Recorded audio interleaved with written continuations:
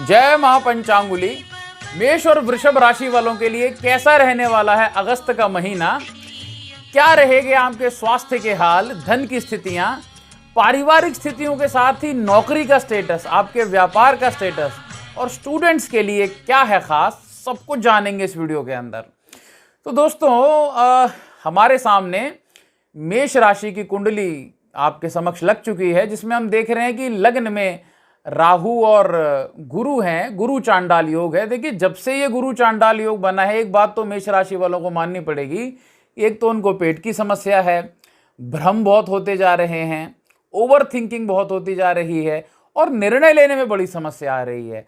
हालांकि ये स्थिति देखिए अभी नवंबर तक तो रहेगी, अक्टूबर एंड तक ये स्थिति रहेगी, जिससे कि हमें लगता है कि मेष राशि वालों को कोई बड़े फैसले अगर लेने हैं लाइफ के तो अक्टूबर एंड तक उनको रुक जाना चाहिए। तो अगस्त के महीने की सबसे पहले हम स्वास्थ्य की स्थिति देख लेते हैं। तो देखिए, 17 तारीख तक आपका स्वास्थ्य अच्छा रहेगा। लग्नेश मंगल पंचम स्थान में है बुध और शुक्र के साथ। यहां पर एक स्थिति ये कहेंगे कि थोड़ा सा कॉन्स्टिपेशन की समस्या जरूर दे देता है, पेट संबंधी समस्या जरूर दे देता है और थोड़ा सा मन मर्जी का मालिक बना देता है। काम करने की शैली, उनका काम करने का तरीका बस अपने तरीके से हो जाता है। लेकिन 17 तक स्थिति बेहतर दिखाई देती है। 18 से 31 तक सेहत में जो पहले से बीमार चलते आ रहे हैं उनके लिए तो स्थिति बहुत अच्छी है। 18 से 31 अगर कोई रोग है तो निश्चित खत्म हो जाएगा। लेकिन सामान्यतः जो लोग ठीक ठाक रहते हैं उनको एक तो गुस्सा ज्यादा आएगा, बीपी उनको कंट्रोल करना चाहिए अपना, और रक्त पित्त से जुड़े रोग उनको हो सकते हैं या बढ़ सकते हैं शरीर के अंदर। अगली बात हम करेंगे धन की। धन की स्थिति देखें तो 7 तारीख तक संघर्ष दिखाई देता है और इसमें हम देखेंगे कि पैसा रुकेगा। मतलब जो व्यापारी वर्ग भी देखेंगे इस समय पैसा रुकेगा, क्योंकि अभी तो द्वितीय शुक्र पंचम स्थान में है और 7 तारीख को वक्री होकर के वो पिछले भाव में, चतुर्थ भाव में चले जाएंगे, जहां पर स्थिति ये बनेगी कि द्वितीयेश शुक्र और पंचमेश सूर्य दोनों चतुर्थ स्थान में आ जाएंगे। इसीलिए 8 तारीख से लेके 14 तारीख तक जो स्थिति दिखाई देती है वो पहले से बढ़िया हो जाएगी और 18 से लेके 31 तक धन की स्थितियां बहुत अच्छी हम मानते हैं, क्योंकि वहां सूर्य पंचम अपनी राशि में आ जाएगा और शुक्र की जो स्थिति है वो बेहतरीन मानी जाएगी। तो 18 से 31 तक बहुत बेहतर चीज दिखाई देती है धन के विषय में। पारिवारिक स्थितियां देखें तो फिजूल बातों पर झगड़े के योग दिखाई देते हैं, लेकिन 17 तारीख के बाद हमें लगता है कि ये स्थिति भी अच्छी हो जाएगी, क्योंकि वहां परिवार भाव से सूर्य पंचम स्थान में आ जाएंगे तो ऐसी स्थिति नहीं बनेगी। हालांकि इस समय में परिवार के जो बड़े हैं उनकी सेहत पे थोड़ा सा दुष्प्रभाव पड़ सकता है और माता की सेहत का भी थोड़ा ख्याल रखें। नौकरी पेशा वालों के लिए हम कहेंगे, जो लोग जॉब करते हैं उनके लिए ये समय संघर्ष भरा ये महीना दिखाई देता है। खासकर इस टाइम में आप देखेंगे कि पग पग पे आपको मतलब चुनौतियां मिलेंगी, जहां काम करते हैं वहां भी और जो आपके क्लाइंट्स हैं उनके साथ भी। परिवर्तन का भी इस समय योग दिखाई देता है। अगर जो लोग नौकरी बदलना चाहते हैं तो हमारा मानना है कि उनको 17 तारीख के बाद में नौकरी बदल लेनी चाहिए, उनको बहुत लाभ होगा। नौकरी वालों के लिए इस समय बॉस से मनमुटाव रहेगा, लेकिन 17 तारीख के बाद स्थितियां बेहतर हो जाएंगी। जो लोग व्यापारी हैं उनके लिए मिला जुली स्थिति रहेगी। 1 तारीख से लेकर 17 तारीख तक हमें लगता है कि स्थितियां बहुत अच्छी दिखाई देती हैं। पैसे के धनागमन के योग दिखाई देते हैं।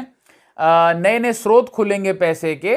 कोई नया काम करना चाहे इस महीने में, कोई पार्टनरशिप में काम करना चाहे तो 17 तारीख तक स्थितियां बहुत अच्छी हैं। लेकिन 18 से 31 तक हमें लगता है कि पैसे बहुत रुक रुक के आएंगे, इसीलिए बड़ी इन्वेस्टमेंट इस समय में नहीं करनी चाहिए। स्टूडेंट्स के लिए अगर हम कहें तो 17 के बाद बहुत अच्छी स्थिति बन जाएगी। पंचमेश पंचम में सूर्य होना अपने आप में बहुत लाभकारी है। इसीलिए मेष राशि वाले जो स्वयं हैं, कोई हायर एजुकेशन प्राप्त करना चाहते हैं, विदेश जाना चाहते हैं, बहुत अच्छे योग हो जाएंगे। मेष राशि वालों की जो बड़ी संतान है, अर्थात जो 18, 19, 20 से ऊपर है, उसके लिए अचानक तरक्की के योग बनेंगे। जो कि बहुत लाभकारी सिद्ध होगा। अब जिनको मेष राशि वालों को समस्या अगस्त के महीने में फील हो या होगी, उनको एक बहुत अच्छा उपाय कर लेना चाहिए, जो हम वृष राशि के आखिरी में बताएंगे। तो अगली जो राशि है वो वृषभ राशि है। तो वृष राशि वालों, पहली बात करते हैं हम सेहत के बारे में। देखिए, सेहत से संबंधित हम आपको बता दें कि ये महीना थोड़ा सा अस्थिर रहेगा। अर्थात एक तो आप बहुत मूडी किस्म के हो जाएंगे, ना तो आपका मन तो आपका पहले नहीं टिकता है, इस बार शरीर भी नहीं टिकेगा। कभी मन करेगा घर में रहें, कभी मन करेगा वहाँ घूम आएं, कभी मन करेगा नहीं यहाँ गए, ये ठीक नहीं था, किसी दूसरी जगह ही चले जाते।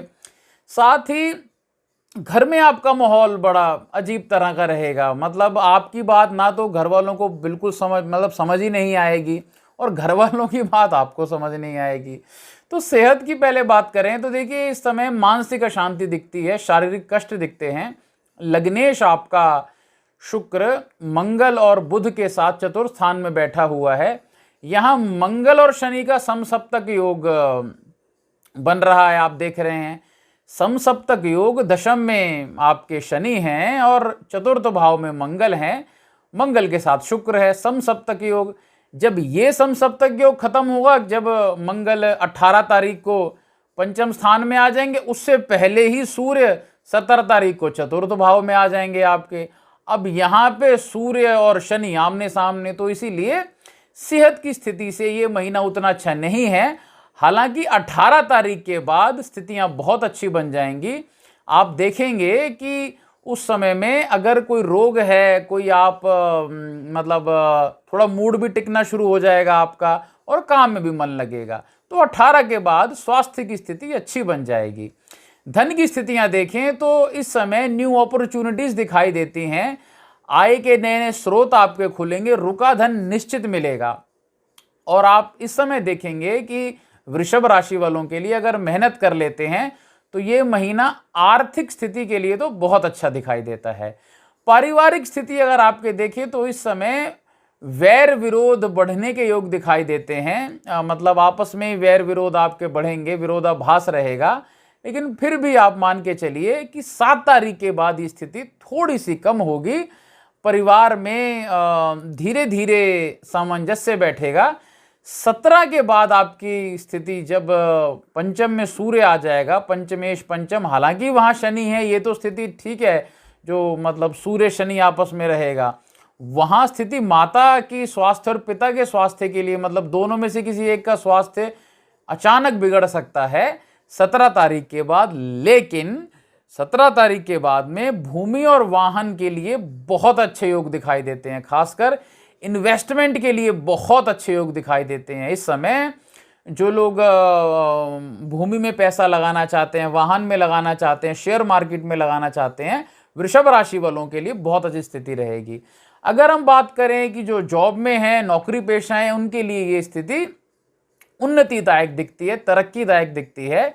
लेकिन हमें ऐसा लगता है कि 17 तारीख तक बड़े निर्णय लेने से आप बचें। कोई बड़ा निर्णय लेना है, कोई अपने काम में कोई नौकरी चेंज करनी है, कोई अपने काम के अंदर कुछ बदलाव लेके आना है, कोई अपनी फील्ड चेंज कर रहे हैं, अपना ग्रुप चेंज कर रहे हैं, तो टॉरस वालों को 17 तारीख के बाद डिसीजन लेना चाहिए, बहुत फायदा होगा।